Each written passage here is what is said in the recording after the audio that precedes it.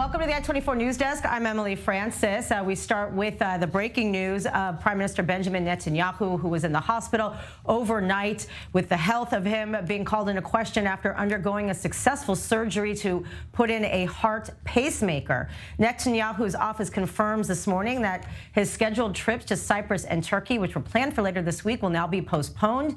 Meanwhile, doctors at Sheba Medical Center said the operation had been successful and that the Prime Minister is doing very well. But Netanyahu is expected to remain hospitalized, they say, until Monday, but that is questionable and he could be released as early as tonight as well.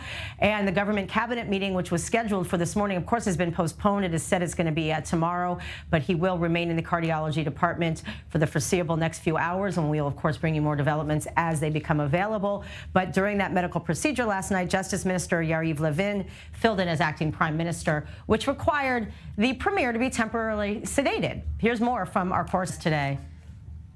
Good afternoon for you as well. So can you please explain to us kind of the risks of Netanyahu's condition? We know that this is very common, having an arrhythmia, getting pacemakers. A lot of people are fitted with pacemakers. Is this something, genetic, or do you think this could just be the pressure of the situation that he's in affecting his heart? You know, from my experience as a cardiologist and head of the hospital for many years, seeing many patients with this body arrhythmia syndrome, okay, I wouldn't say that it has to do with attention or specifically, I would say, connected to any time or stress. It's a condition that is developing slowly. It causes body arrhythmia. We call it a trifascicular block. Okay, some of the conduction, fibers in the heart is getting lazy to transform, to the muscle, the contraction. And the end result of it is body arrhythmia that is risking the patient. In this case, once, we are able to prove it during, I would say, Holter monitoring or with a reveal implanted under his skin to broadcast, I would say, his heart rate. Once we discovered it last Saturday, we decided, it's me, the doctors decided justly to implant a pacemaker and to fix it. And the pacemaker indeed is a small device that is introduced. And once the bradycardia exceed the lower heart rate, it started to get into function. And the patient doesn't actually notice anything. So he's now double saving. Once we know what's happening, and second, he's protected by the pacemaker. Right. Also, last week the official information was that he originally was hospitalized because of dehydration and heat. It has been really, really hot in Israel over the past week. I don't find any connection between the dehydration and the fire in the Kinneret to the condition. Probably it was temporary signs of this kind of block, which overlooked, but we didn't find in the hospital any signs of it. And only last Saturday, for the first time, the monitor device actually pointed out that it is related to the body arrhythmia. And that's why he was called to the hospital to a pacemaker procedure. All right. Thank you very much, Professor. Always appreciate your insight on these very delicate health-related issues. Now we're going live to I-24 News senior correspondent Owen Alterman. Hi, Owen. How are you? I know you have a guest and you have some new information. You've been reporting very diligently throughout the morning. What can you tell us now? Yeah, hi, Emily. We're here at the Israeli parliament. We were out in the streets this morning, the tent city being set up by opposition protesters. Debate is going on in the Knesset plenum, but you're absolutely right. Without further ado, we'll bring BOAZ BISMUTH, a lawmaker from the ruling Likud party, here for a quick few questions. BOAZ, thank you so much for being with us. First of all, we have late-breaking news that the Histadrut Labor Federation is proposing a compromise in the legislation with, on the one hand, some softening of the reasonableness bill along the lines of what's been proposed by a leading professor here in Israel. And on the other hand, the government, the coalition, would agree to freeze the legislation on the judicial overhaul for 18 months.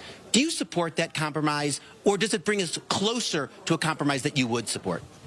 Well, how can I say that I support compromise when I compromised already? I mean, what you see today is a compromise. Don't forget, I mean, when when was that? Beginning of January, when we presented the reform, can you say today that it's exactly the same what we're going to present tomorrow to the Knesset, the reasonable clause? Of course not. So talking about us softening, how can you soften something that was softened already? So I don't understand the logic. Yet.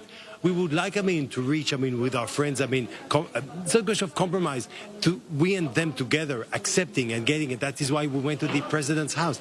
That is why we softened the reform. That is why we suspended it. We did all everything that was needed. Yet, I will ask you, I will challenge you, show me one thing that opposition, one thing that demonstration did that proved that they accept even one little thing, one slight thing of our reform. So with all due respect, we compromised already. So do you support the continued talks to try to reach a compromise, or in your view, should the talks be completely broken off because you've gone as far as you can? Look, I support talks, and don't forget, I mean, this is not the end of the reform yet, as I said before. I mean, if we think now, because many people know exactly that this clause of reasonability that we're going tomorrow to present to the Knesset and we're going to vote, I mean, everybody knows that in normal days in Israel, 100 members of the Knesset would support it. Everybody knows that even Gideon Sa'ar from opposition presented it in his site. Everybody knows that Yair Lapid supported it. Everybody knows that professors in university, even Supreme High Courts like I mean, you can mention them, were for Landau. So, I mean, Solberg, they were for this reform. But today, the question in Israel in 2023 is not what I present, but who presents. And once we presented it, immediately it's the end of the world, end of democracy, apocalypse now. No, that is not the case. And again, as I said before, we came in a sincere way. We softened it, and afterwards, I mean, when we shall pass or vote this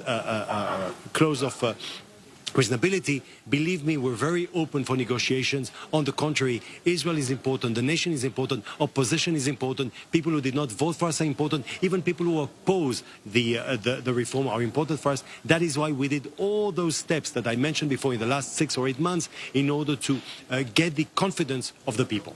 Listen, I think all of us agree, certainly to the extent that this isn't only a debate about the reasonableness provision. This is a cultural contest, if you will. And there's a big part of the public here, right? The more secular public, more